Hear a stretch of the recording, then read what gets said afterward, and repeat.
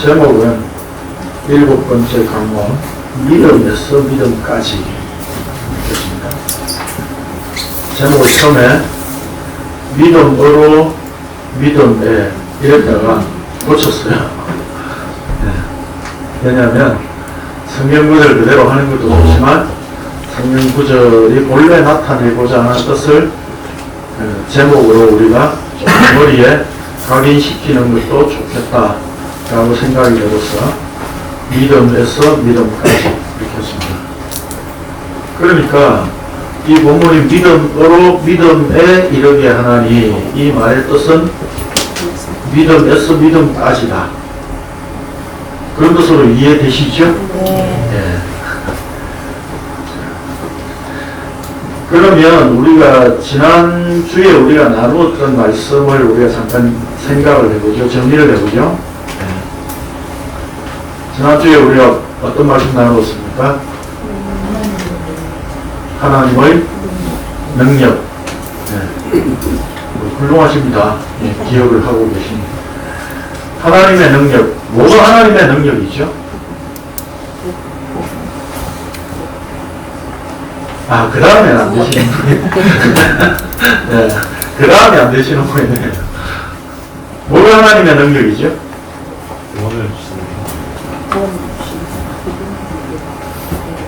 우리가 교환을 가지고 공부를 했는데 이렇게 답하시면 이게 안 되죠. 네? 뭐가 하나님의 능력이죠? 십자가요. 십자가가 하나님의 능력이죠. 네. 십자가의 도가 멸망하는 자들에게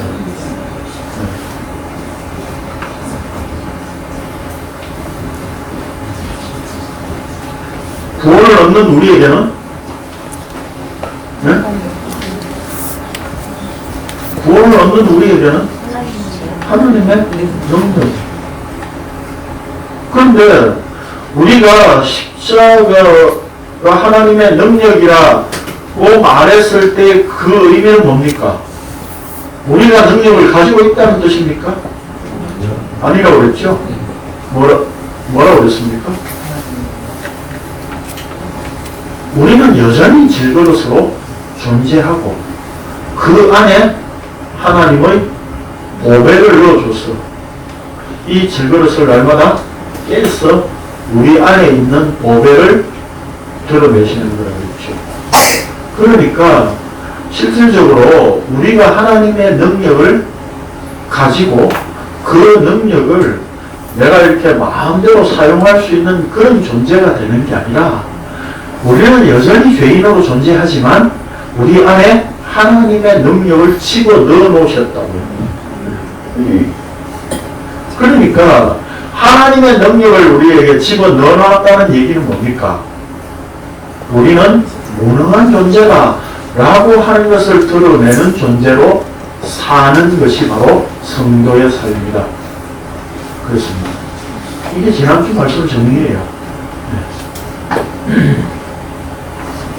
지난주 안 오신 분만 오늘 오셔가지고 답변 하시기 힘드셨으리라 생각이 듭니다.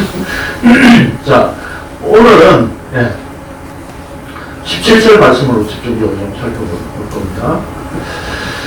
자, 교환 먼저 봅시다. 바울 사도가 빚진 자로 표현하면서 로마에 있는 성도들에게 왜 그토록 간절하게 복음을 전하려고 하였을까 하는 것입니다. 그 이유는 복음이 구원을 주시는 하나님의 능력이 되기 때문이었습니다.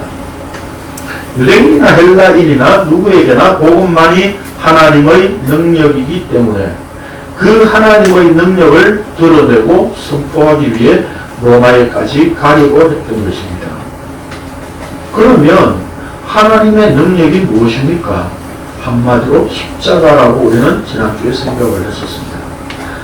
십자가는 성도를 엄청난 능력자로 만드는 것이 아니라 오히려 무능력하게 만드는 것이며 말씀으로 해체하여 하나님 앞에 벌거벗은 상태로 만들어 그것으로 말미암아 이제 부끄러움을 덮어주시는 하나님의 안에 은혜 안에 거하게 하시는 것이 하나님의 능력입니다.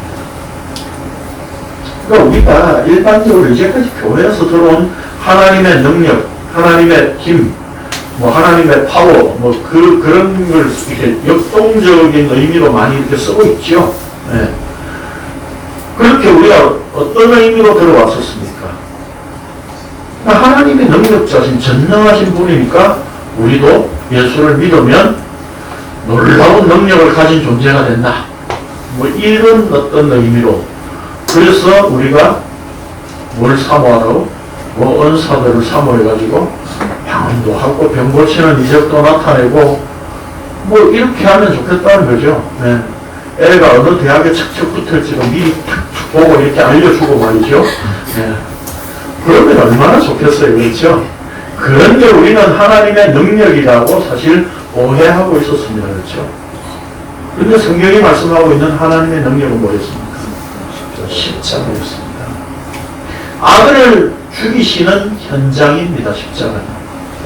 그렇다면 그 아들과 하나 된다는 이야기는 뭡니까? 나도 십자가에 죽인다는 이야기입니다. 그게 하나님의 능력이에요. 그래서 그 하나님의 능력을 우리 속에 이제 담고 나면 우리는 뭘 고백합니까? 나는 정말 무능한 존재입니다. 나는 하나님의 구원에 아무것도 할 수 없는 존재입니다. 라고 하는 고백이 저절로 나올 수밖에 없는 상태가 된다는 말입니다. 그게 구원이에요. 우리가 무슨 대단한 능력자가 되는 게 아니라 말씀을, 복음을, 하나님의 은혜를 알면 알수록 우리는 어떤 존재가 된다고요? 나는 정말 무능한 존재. 하나님 앞에 아무것도 할 수 없는 존재다. 라고 하는 고백이 저절로 나올 수밖에 없는 상태가 된다는 것입니다. 그게 하나님의 능력이에요.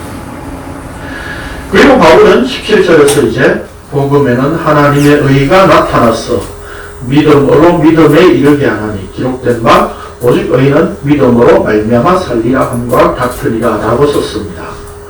이 말씀을 헬라어 성경을 따라 쉽게 표현하자면 이렇게 표현할 수 있습니다. 왜냐하면 이 17절에도 앞에 왜냐하면이 붙어 있다 그랬죠? 지난주에 말씀드렸었죠? 왜냐하면 그 안에는 하나님의 의가 믿음에서 믿음으로 계시되었기 때문입니다. 기록된 바 그 의는 믿음으로 살리라 라고 한 것과 같다 라고 하는 말씀입니다. 자, 왜냐하면 무슨 뜻입니까? 구원이 하나님의 능력이라고 했잖아요. 16절에서. 그러니까 왜 구원이 하나님의 능력이냐 이 말이에요. 네? 왜냐하면 그 하나님의 능력에는 구원에는 뭐가 나타났기 때문이라고? 하나님의 의가 나타났기 때문이다. 이런 얘기예요. 이해되시죠? 네. 자, 그렇게 설명드리고 들어봅시다. 이제 바울 사도는 복음이 왜 하나님의 능력이 되는지를 설명합니다. 즉 복음에 하나님의 의가 나타났기 때문에 하나님의 능력이라는 것입니다. 다시 말해서 복음에 인간의 의가 나타나면 하나님의 능력이 될 수 없다는 말입니다. 구원이 하나님의 능력이라고 할 때 그 능력은 바로 하나님의 의라는 뜻입니다. 그러니까 복음에 하나님의 의가 아니고 인간의 의가 나타나면 하나님의 능력이 될 수 없다 그랬는데 구원에 우리가 하나님께서 이루신다고 하지만 우리가 내 쪽에서 어떤 노력을 하고 착한 행실로서 살아내느냐라고 하는 것이 동원되어져야 하나님의 구원이 완성된다면 그것은 하나님의 능력이 될 수 없다는 뜻입니다. 그건 하나님의 능력이 아니잖아요. 그렇죠? 네. 하나님의 능력 조금, 우리 능력 대부분 이런 거죠, 사실은. 그렇죠? 네.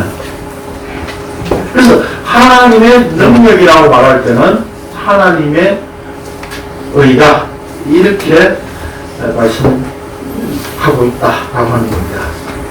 그래서 인간의 능력이 전혀 개입될 수 없는 상태.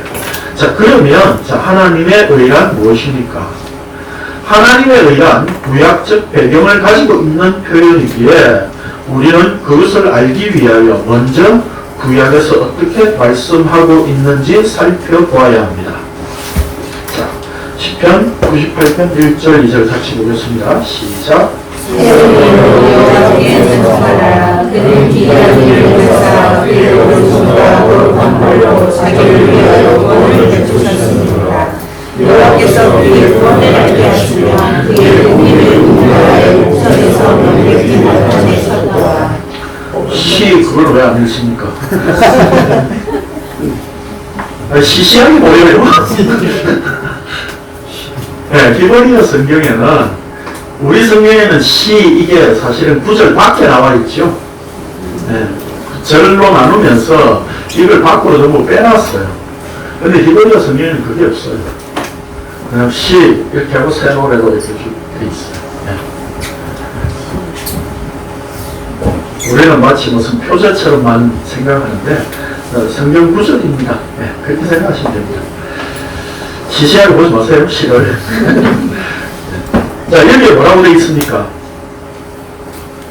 네? 하나님께서 거룩한 팔로 자기를 위하여 구원을 베푸시는데 그 구원이 뭐라고요? 구원을 알게 하시며 그의 공의를 문나라의 목전에서 명백히 나타내셨도다 그랬잖아요. 그럼 구원과 공의가 다르다는 뜻입니까? 같다는 뜻입니까? 구원을 나타낸다는 이야기는 곧 공의를 나타낸다는 뜻이다 이 말입니다. 네. 그 다음 구절 읽어봅시다. 시작.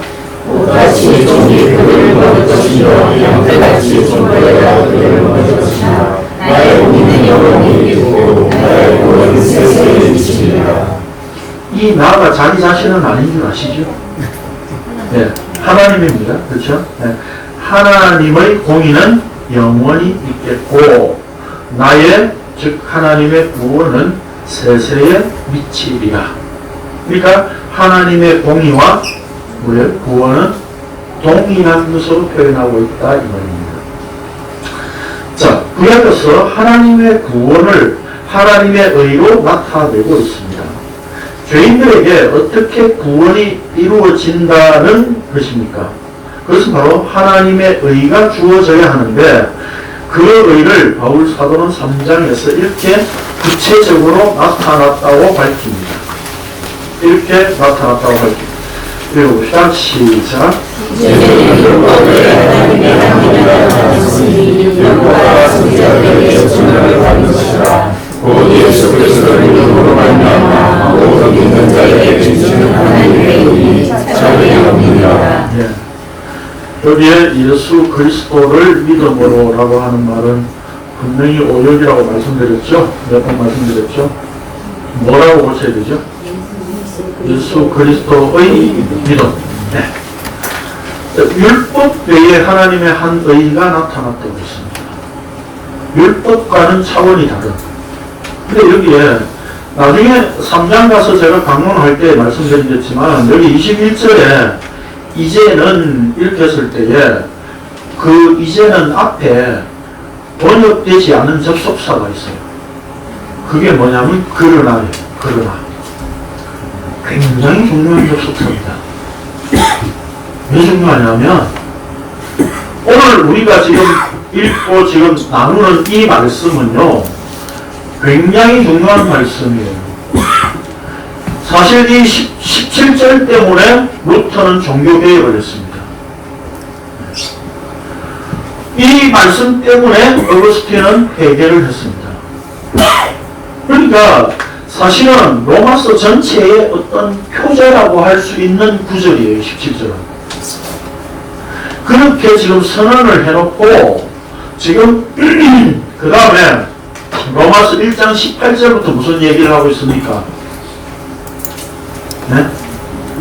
바로 나오잖아요. 무슨 이야기 하고 있어요? 18절부터 바로 나오잖아요. 뭐에 대해서? 하나님의 진노. 한글 못 읽으세요? 읽으시잖아요. 18절부터 하나님의 진노에 대해서 이야기를 하고 있습니다. 하나님의 진노에 대해서 이야기한다는 것은 무엇과 연관되어 있어요? 우리의 죄와 연관되어 있죠. 그렇죠? 그 죄 아래 있는 상태가 하나님의 진노 아래 있는 상태다. 이것을 3장 20절까지 이야기합니다. 하나님의 진노. 그리고 우리는 죄인이야. 모든 인간은 다 죄인이야. 그걸 3장 20절까지 이야기를 하고 있어요. 바울이. 1장 18절부터. 그리고 21절에 가서 뭐라고 이야기해요? 그러나 이게 뭐예요? 대반전이에요. 대반전. 우리는 죄인이다. 하나님의 진노에서 벗어날 수 없는 존재야. 이렇게만 말하면 참 절망적이잖아요. 그렇죠? 너무나 비참한 상태에 있는 겁니다. 그런데 3장 21절에 가서 그러나 이제는 하나님의 의가 나타났어. 너 모두가 죄인이야. 그러나 하나님의 의가 하나님 편에서 주어졌고 하나님 편에서 나타났다니까? 그럼 이 바울의 느낌, 감격 이해하시겠습니까? 환희와 기쁨과 감사와 찬양에 찬 그런 의미에서 그러나예요. 대완전을 얘기하는. 그래서 어떻게 보면 그러나라고 하는 접속사가 아무것도 아닌 것 같지만 굉장히 중요한 의미로 쓰고 있는 거예요. 헬라어로는 관람한 자예요. 그러나 이 말이에요. 그럼 뭐 이렇게 되어 있으니까 그냥 우리 성경에 번역하면서 빼버린 것 같아요. 네.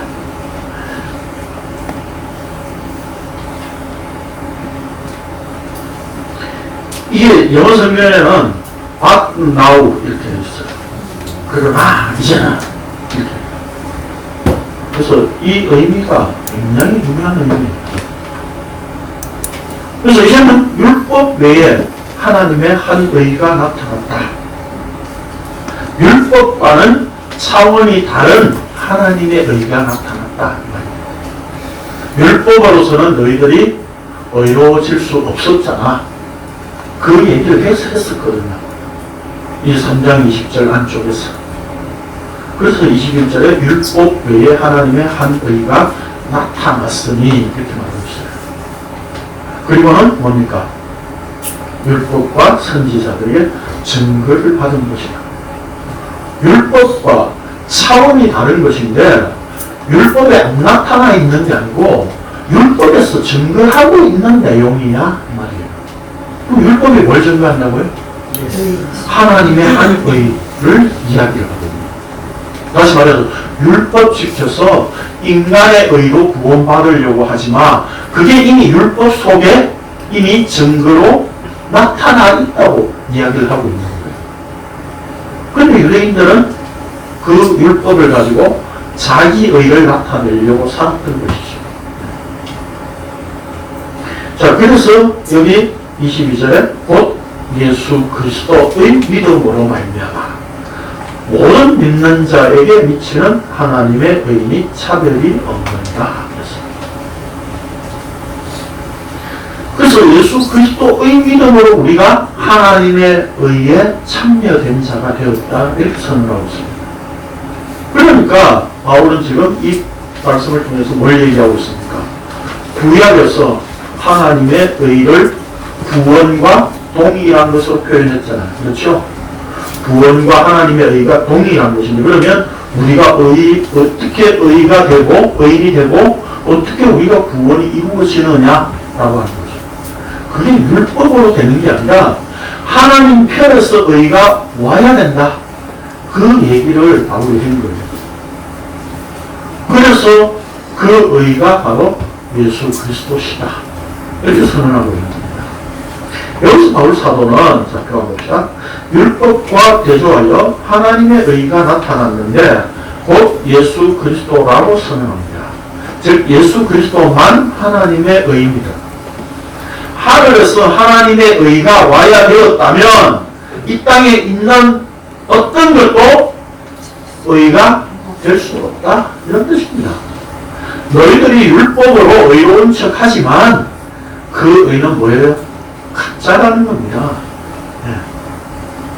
예수 그리스도라는 하나님의 의가 나타나지 않는다면 우리가 구원이라는 것은 생각할 수도 없다는 것입니다.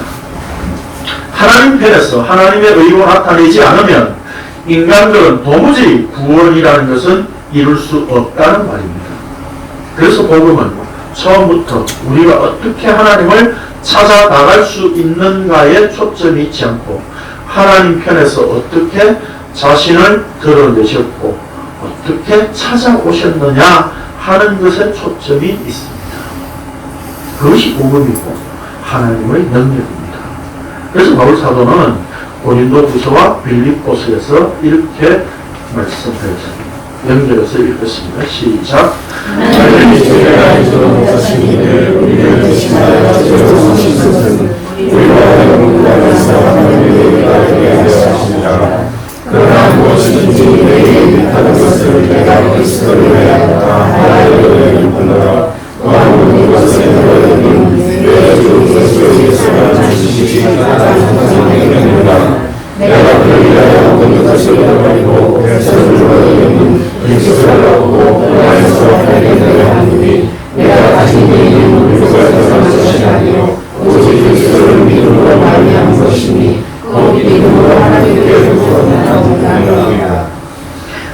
고린도후서에 보면 예수 그리스도를 죄인으로 죄인이 되게 하셔서 이 땅에 보내셨습니다. 그렇죠? 그를 죄로 삼으신 것은 우리를 대신한 것이고 그래서 우리로 하여금 하나님의 의가 되게 하시기 위해서였다라고 하는 겁니다. 그리고 빌립보서에 보면 빌립보서에 여기도 마찬가지로 9절에 예수 그리스도를 믿음으로가 아니고 뭐라고요? 예수 그리스도의 믿음으로. 이게 전부 이렇게 되어 있어요. 명백하게 오역입니다. 예수 그리스도를 믿음으로 말미암아 우리가 곧 믿음으로 난 의니까 우리가 우리의 믿음으로 예수를 믿어서 자꾸 하나님의 의를 쟁취하려고 해요. 이 구절은 그래서 분명히 사탄이 이런 번역에 개입을 해가지고 우리로 하여금 오해하도록 만들고 있는 거예요. 분명히 소유격으로 되어 있습니다. 헬라어 성경에. 그리스도의 믿음이에요. 내 믿음이 아니다. 하늘에서 의가 와야 했다는 것은 애초부터 인간의 의, 이 땅의 의는 하나님께 용납될 수 없다는 뜻입니다. 이 땅의 것, 나에게서 나오는 종교 행위들은 결코 의라고 할 수 없습니다. 그렇기 때문에 바울 사도는 모든 것을 다 해로 여길 뿐만 아니라 예수 그리스도를 위하여 모든 것을 버리고 배설물로 여긴다고 말했습니다.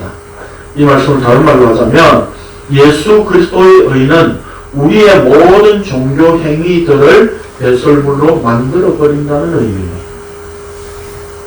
그러니까 네가 찬송하고 기도하고 하나님께 무슨 섬기려고 예배 드리고 뭐 섬기고 바친다고 말하지 그건 똥이야. 그렇게 이야기하고 있는 거예요. 바울이 지금. 그런데 우리는 뭘 바쳐요? 네? 뭘 드려요? 그 하나님께. 바울은 똥이라고 이야기하고 있다니까요.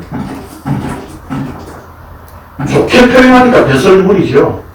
네, 곧 점심 식사하는데 이 똥이 또 생각나시기를 바랍니다. 배설물이에요. 네? 우리의 행위로 어떤 종교 행위든지 그걸로 하나님 앞에 나아가려고 했던 내 의로 챙기려고 했던 그 모든 것들이 다 배설물이라는 얘기입니다. 이걸 배설물인 줄 몰랐다가 하나님의 의가 우리에게 들어오니까 비로소 우리가 율법적인 행위로 내가 내 의를 쌓으려고 했던 이것이 배설물이었군요 라고 보여졌다 이 말입니다. 그렇게 보여져야 되는 거예요.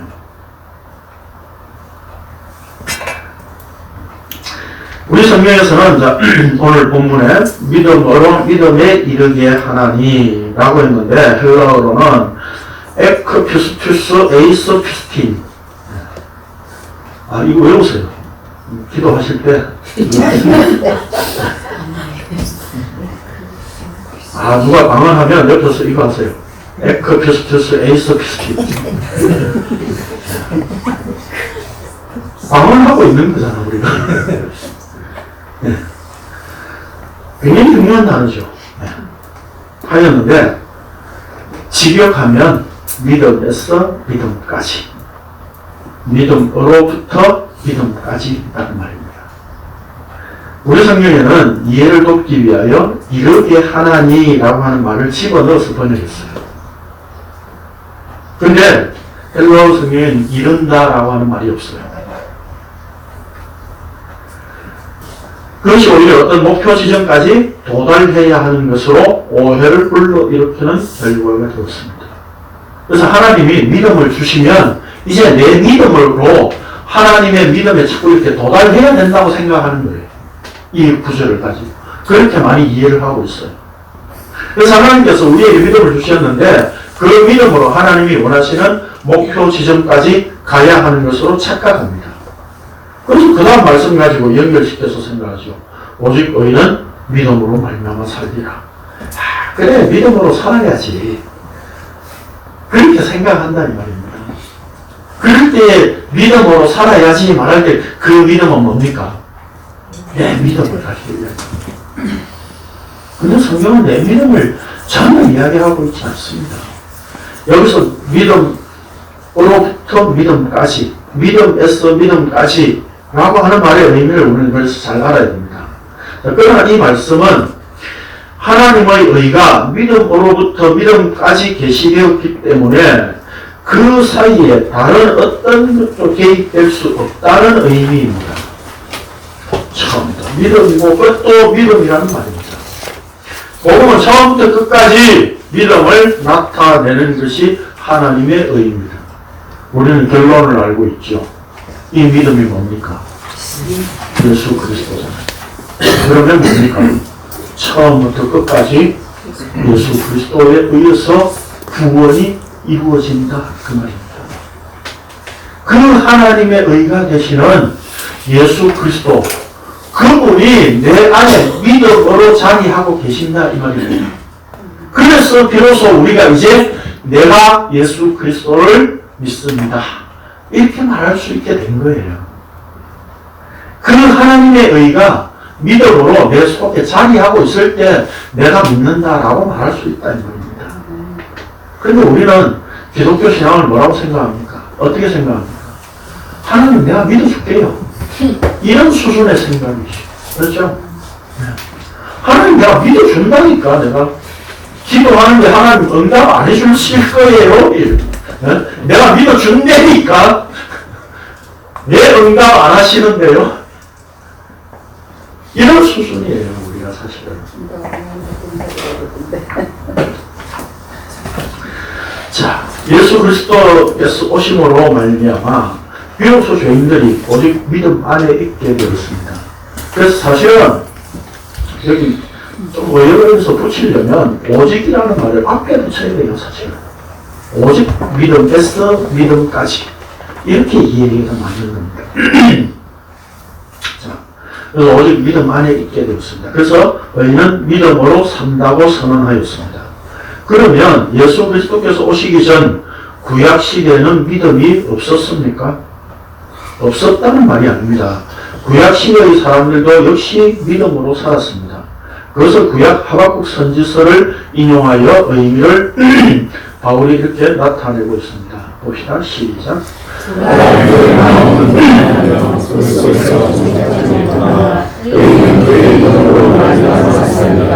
자, 하박국 선지자가 왜 이런 말씀을 하고 있는가를 우리는 살펴봐야 됩니다.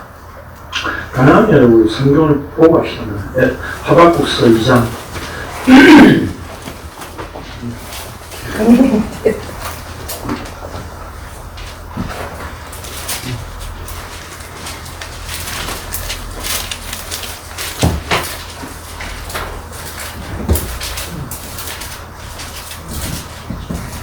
우리가 나온 하박국이죠. 2장 봅시다. 2장 4절에 이 말씀을 하고 있잖아요. 그렇죠? 네. 자, 그러면 지금 하박국 선지자가 1장의 앞에 보면 어떤 내용으로 이야기를 하고 있느냐 하는 것을 볼 수 있습니다. 그래서 2절에서 4절에 보면 뭐라고 얘기합니까? 여호와여, 제가 읽겠습니다. 여호와여, 내가 부르짖어도 주께서는 듣지 아니하시니 어느 때까지리까? 내가 강포로 말미암아 외쳐도 주께서 구원하지 아니하시나이까? 어찌하여 내게 죄악을 보게 하시며 폐역을 눈으로 보게 하시나이까? 극탈과 강포가 내 앞에 있고 변론과 분쟁이 일어났나이다. 이러므로 율법이 해이하고 정의가 전혀 시행되지 못하오니 이는 악인이 의인을 에워쌌으므로 정의가 굳게 행하여 짐입니다. 여기 뭐 정의, 공의라고 하는 걸 여기 그냥 같은 걸로 이해하시면 될 겁니다. 네, 됩니다. 자, 이 말씀이 왜 주어졌느냐면 하박국 선지자가 예루살렘에 있는 불의를 보면서 하나님께 기도하였습니다. 기도가 빨리 응답되지 않는 것 같으니까 하나님께 항변하는 식으로 기도했던 겁니다. 하나님을 의지하고 말씀대로 의롭게 사는 자들이 세상을 의지하며 사는 자들에 의해 왜 무시당하고 있는데 하나님은 가만히 계시느냐 하는 것이었습니다. 그러니까 왜 불의가 이렇게 팽배하고 의롭게 산다고 하는 자들이 오히려 무시당하고 그들에게 의해서 이렇게 유린당하느냐 이런 얘기예요. 그래서 하나님 살아계시다면 이건 아니잖아요. 그런 얘기를 하고 있는 거예요. 하박국 선지자가. 그걸 기도를 하고 있는 거예요. 자, 하박국 선지자가 잠깐 빠졌어요. 기도한 것은 예루살렘을 망하게 해달라는 기도가 아니었습니다. 그가 기도한 것은 불의를 향한 악인들에 의해 어려움을 당하고 있는 의인들을 속히 구원해 달라는 것이었습니다. 그것은 악이 횡행한 예루살렘을 하나님의 백성다운 모습으로 다시 회복시켜 달라는 것이었습니다. 하나님의 언약의 말씀에 신실한 나라가 되게 해 달라는 것이었습니다. 이런 하박국의 기도에 대해 하나님께서는 바벨론을 일으켜 예루살렘을 멸망시키겠다고 선언하십니다. 1장 6절 보세요. 보라, 내가 사납고 성급한 백성 곧 땅이 넓은 곳으로 다니며 자기의 소유가 아닌 거처들을 점령하는 갈대아 사람들을 일으켰나니. 그 갈대아 사람들을 일으켜가지고 바벨론 쪽의 사람들이죠. 네? 그래서 예루살렘을 이스라엘을 박살내겠다는 겁니다. 이게 하나님의 계획이에요. 하나님께서 말씀하신 것은 비언약적 사고방식에 젖어있는 악한 자들을 들어서 예루살렘을 멸망시키시겠다는 계획이었습니다. 이러한 하나님의 말씀을 들은 선지자는 깜놀한 거죠. 여기서. 그래서 예루살렘을 멸망시킨다는 이 말에 선지자는 너무 놀란 겁니다. 그래서 2장 1절에 보면 내가 내 파수하는 곳에 서며 성루에 서리라. 그가 내게 무엇이라 말씀하실는지 기다리고 바라보며 나의 질문에 대하여 어떻게 대답하실는지 보리라. 그러니까 하박국 선지자가 뭐 하고 있는 거예요 지금? 하나님 그거 아니잖아요. 이게 뻗대고 있는 거예요 지금. 그래서 하나님이 지금 예루살렘 성을 박살내겠다고 말씀하시는데도 하박국 선지자는 하나님 그렇게 하시면 안 되잖아요. 그 얘기를 하고 있는 거예요 지금. 그래서 하나님 내가 지금 진짜 불의한 자에 의해서 의인들이 고통당하고 있는 이 상황을 반드시 해결하시고 의인들을 구원하실 거라고 하는 것을 내가 그 하나님 일하심을 내가 성무에 서가지고 볼게요. 하나님 그렇게 빨리 이루어 주십시오 그 얘기를 하고 있는 거예요. 그런데 이 하박국 선지자에게 말씀이 임했습니다.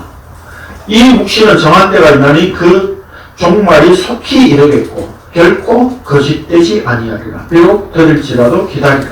지체되지 않고 반드시 응하리라. 2장 1절에서 하박국 선지자가 그렇게 기다리고 보겠다고 하는데 하나님은 계속해서 하나님 자신의 뜻을 지금 나타내고 계신 거예요. 속히 이룰 것이다. 여기 반드시 응하리라 라고 하는 이 2장 3절의 구절 있죠? 2장 3절에 아까 우리가 봤던 2장 3절에 바로 한 절 앞이죠? 여기에 반드시 응하리라 라고 하는 말은 직역을 하면 그가 반드시 오신다 라고 하는 말씀입니다. 즉 하나님께서 주시는 종말 속에서 하나님의 의가 와야 한다는 것입니다. 그래야 종말입니다. 환원하자면 하나님의 의가 오면 종말입니다. 인간은 다 죄인이기 때문에 인간이 종말을 오게 할 수는 없습니다. 하나님의 응답은 인간들이 생각하는 것처럼 지금 당장 이루어지는 것이 아니기 때문에 하나님의 때를 기다리는 법을 배워야 했습니다. 또한 종말일 때까지 하나님의 묵시는 계속해서 증거될 뿐만 아니라 예언의 말씀이라고 할 수 있겠죠. 여기서 증거될 뿐만 아니라 하나님의 약속대로 반드시 이루어지게 되어 있습니다. 그렇기 때문에 의인은 뭐예요? 믿음으로 말미암아 사는 것이다. 그렇게 이야기를 하고 있는 거예요. 여기서 믿음이라는 말은 히브리어로 에무나라고 하는 말인데 이 말은 보통 신실함 혹은 진리로 번역되고 때로는 하나님의 성실하심, 하나님께서 진실하게 하신다라고 하는 표현으로도 쓰이는 말, 번역되는 단어입니다. 호세아 2장 19절과 20절에서는 내가 하나님이죠. 너 이스라엘이죠.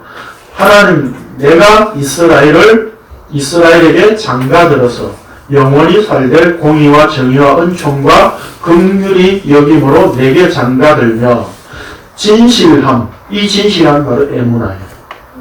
진실함으로 내게 장가들리니 네가 여호와를 알리라 라고 하여 하나님께서 신랑이 되어 자기 언약 백성들을 신부로 삼아 결혼 관계가 영원토록 신실하게 지켜질 것을 말씀하셨습니다. 부부의 하나됨을 유지하기 위해 음란한 아내 고멜을 찾아서 데려오는 선지자 호세아의 모습을 통해 바로 하나님 자신의 신실하심을 나타내셨던 겁니다. 그렇기 때문에 하나님의 성실, 진실, 신실하심은 하나님의 말씀이 진리임을 보증합니다. 그래서 구약 성경에서는 하나님의 신실하심과 진리를 한 단어로 표현합니다.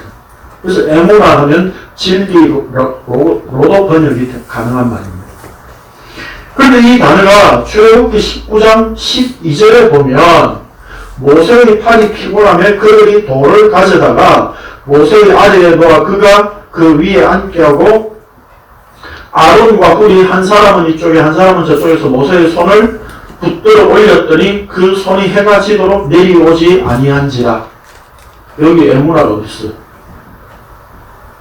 여기서 내려오지 아니한지라 이 말이 히브리어 에무나예요. 그러면 이 말은 우리가 사실 번역할 때 뭐라고 번역을 해야 돼요? 버텼다. 이 정도로 번역이 가능하겠죠. 네. 팔이 내려오지 않도록 버텼다. 이 말입니다. 자, 그러므로 의인은 믿음으로 말미암아 살리라는 말씀은 인간이 신을 위해 하는 종교 행위를 말하는 것이 아니라 하늘에서 주어지는 의를 기다리는 것을 의미합니다. 그러니까 하박국 선지자가 말한 오직 의인은 믿음으로 말미암아 살리라 라고 하는 그 말은 뭐라고요? 믿음으로 산다는 것은 뭐예요? 버틴다는 거예요. 하나님의 말씀이 말씀대로 이루어지는 일에 인간은 하박국 선지자는 버티고 기다릴 수밖에 없다 이 말입니다. 그 말을 믿음으로 살리라 이렇게 우리가 번역을 한 거예요. 자, 이런 거는 하박국 선지자가 말한 의란 하나님을 아는 것을 말하며 죄란 자기 자신이 의롭다고 여기는 것입니다. 그러니까 결국 하박국 선지자는 무화과 나무, 나무, 포도나무, 감람나무의 소출이나 우리의 양이나 외양간에 솟은 밭의 식물이는 이스라엘의 모든 것을 빼앗아 가시는 하나님일지라도 궁극적으로 언약대로 말씀을 성취한 차원에서 이루시는 하나님의 구원으로 인해 기뻐한다고 노래하고 있는 겁니다.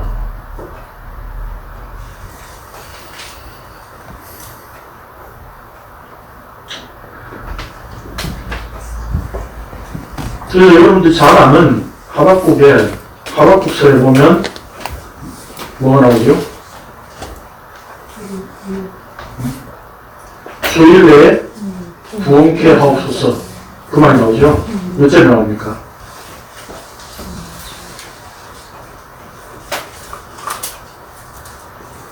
몇 절에 나와요?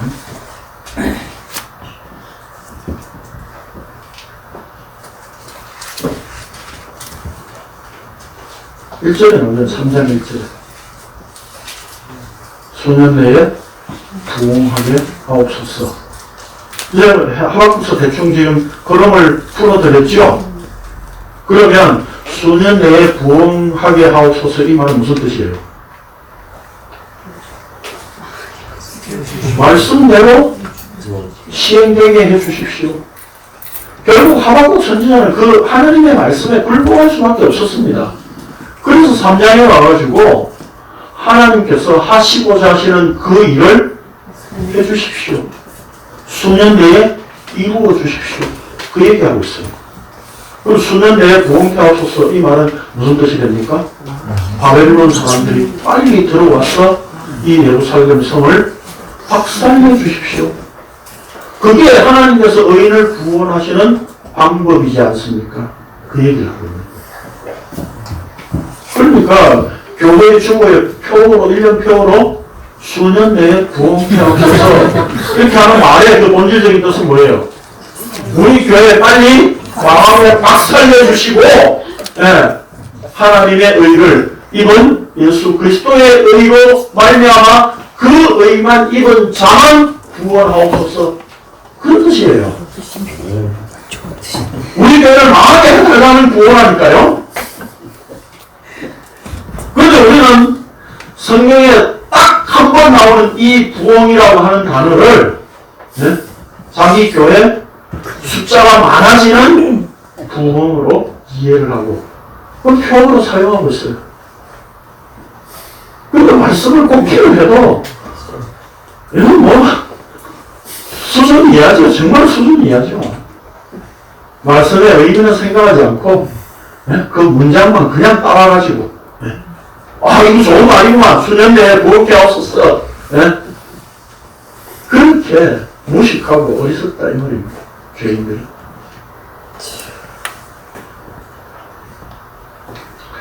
그래서 이 하박국 3장 그 뒤에 가면 바벨론이 아까 말씀드렸던 것처럼 쳐들어와가지고 무화과 나무에 소출이 없고 포도나무 열매가 없고 감람나무가 다 박살내고 우리의 양이 다 빼앗기고 외양간에 소가 하나도 없더라도 하나님께서는 그것으로 말미암아 자기 언약을 이루시고 구원을 이루시고 의를 나타내시는 그것으로 인하여서 하박국 선지자는 기뻐할 수밖에 없군요. 그 고백을 마지막에 하고 있는 거예요. 그게 하나님의 구원의 방식이니까. 그 다음 봅시다. 믿음까지라는 말씀은 그래서 우리가 자기 믿음으로 사는 것이 아니라는 것을 고발하며 동시에 철저히 하나님의 의로 말미암아 계시된 믿음, 즉 예수 그리스도 안에 존재하는 상태를 의미하는 말씀입니다. 그러므로 이 믿음 안에 있는 성도는 자신의 의를 날마다 부정하며 사라지는 상태에 있는 것이 바로 의는 믿음으로 말미암아 산다고 하는 것입니다. 하박국 선지자가 구원의 하나님으로 인해 기뻐한다는 것은 곧 오직 하나님의 의가 되시고 믿음이신 예수 그리스도 안에서 그분으로 기뻐 즐거워하는 상태에 있는 것을 미래를 본 거예요. 하박국 선지자가. 그걸 본 거예요. 앞으로 메시아가 오면 진짜 의가 되시는 그분이 오시면 아까 뭐라고 그랬어요? 반드시 오신다. 이루어진다 그 말이. 오신다 그랬잖아요. 그 오시는 것이 바로 메시아가 의로, 하늘의 의로 땅에 오신다는 뜻입니다. 그러니까 하박국 선지자가 바라본 것은 뭐였습니까? 지금 당장 예루살렘 성이 멸망되느냐 아니냐, 거기에는 관심 없어요. 이거 박살 내서 하늘의 의가 오신다면 나 그 구원을 이루시는 그 하나님으로 기뻐할래. 이런 얘기예요. 이 말씀에 동의될 수밖에 없었다 이 말입니다. 하박국 선지자는.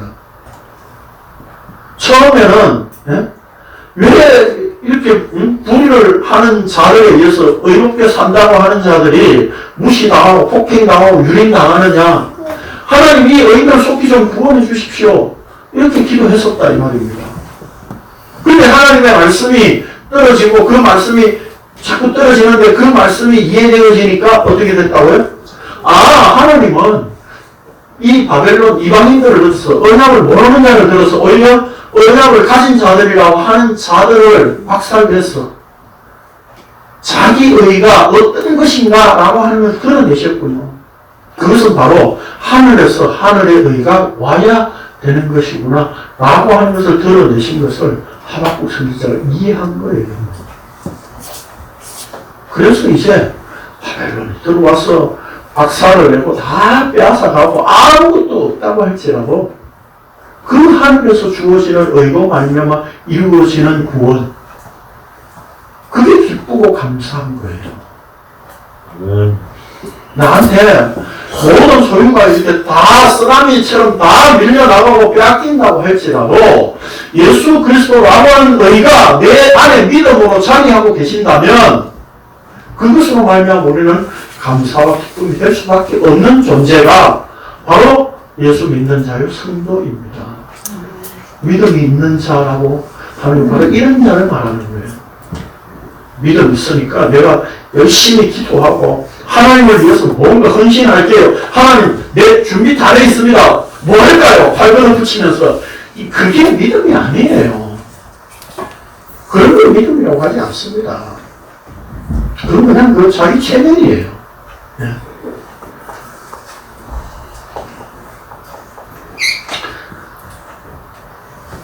우리가 믿음을 가지고 살자는 뜻이 아닙니다. 복음은 하나님의 능력이 되시는 하나님의 의이고 믿음이며 그 믿음 안에 있는 자가 의입니다.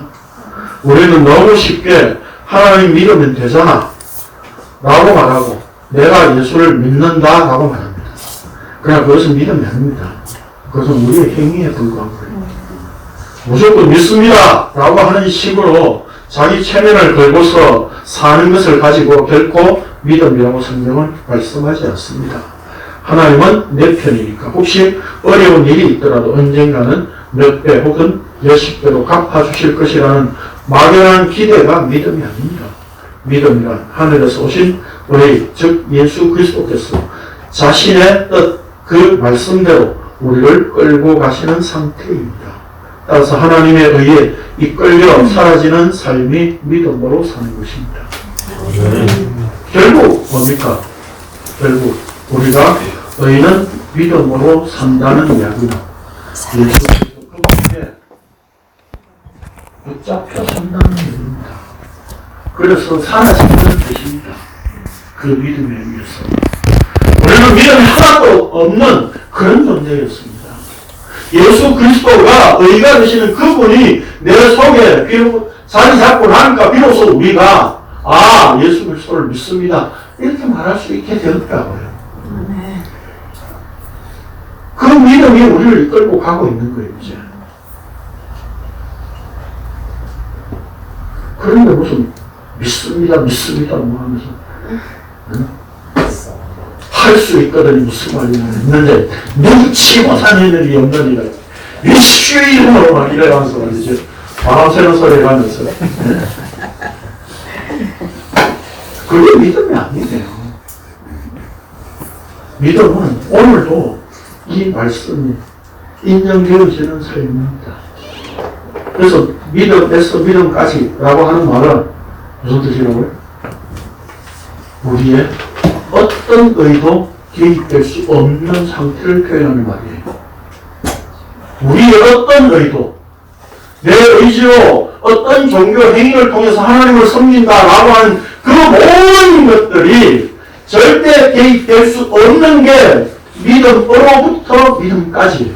그러니까 처음부터 끝까지 누구의 믿음? 예수 그리스도 그분의 믿음으로 구원을 이룬다 이 말입니다. 우리에게 믿음 주셔서 네가 열심으로 이제 네 믿음으로 좀 이렇게 앞으로 좀 전진해봐. 그런 거 아니에요. 무슨 탐사 프로그램이에요 지금. 예? 그래서 앞으로 뭐 이렇게 무슨 미지의 세계를 믿음으로 어떻게 나가느냐 그런 게 아니라는 겁니다. 처음부터 끝까지 예수 그리스도라고 하는 그 의가 내 안에 들어와서 믿음으로 존재하시고 믿음으로 끝까지 마무리하실 거다는 말입니다. 그래서 우리는 우리의 의가, 우리의 공로가, 우리의 종교 행위가 믿음으로부터 믿음까지 그 안에 결코 개입될 수 없는 것이다 라고 하는 것을 철저히 인식하고 그분의 의만 내 속에 담고자 하는 그 믿음으로 사는 자를 성도라고 합니다. 그 사람이 수 있는 자라고 하는 거예요. 그렇기 때문에 오늘도 우리가 성경을 통해서 말씀을 보고 말씀대로 살겠다라고 하는 다짐이 아니라 오늘도 이 말씀대로 나를 이끌고 가고 계시군요 라고 하는 그 고백이 있기를 바랍니다.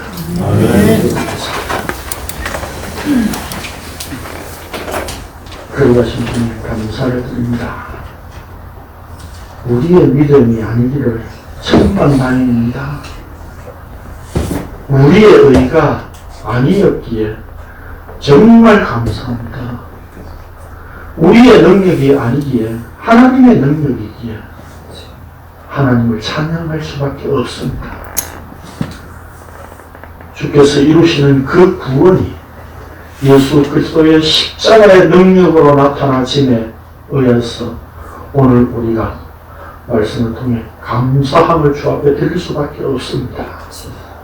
처음부터 끝까지 십자가에 피를 흘리셔서 죽으신 그 예수 그리스도라고 하는 의로 인하여 우리를 믿음으로 존재하게 하신, 아니 믿음 안에 있게 하신, 처음부터 끝까지 이 믿음 안에 있게 하신 그 은혜 때문에 오늘 주 앞에 감사를 드립니다. 이 한 주간도 이 감사와 이 은혜를 덜 생각하면서 내 속에 담아진 의 믿음이신 예수 그리스도를 늘 생각하며 살아갈 수 있는, 더 깊이 생각하며 살아갈 수 있는 저희들 되게 하여 주옵소서. 예수님의 이름으로 기도드립니다. 아멘.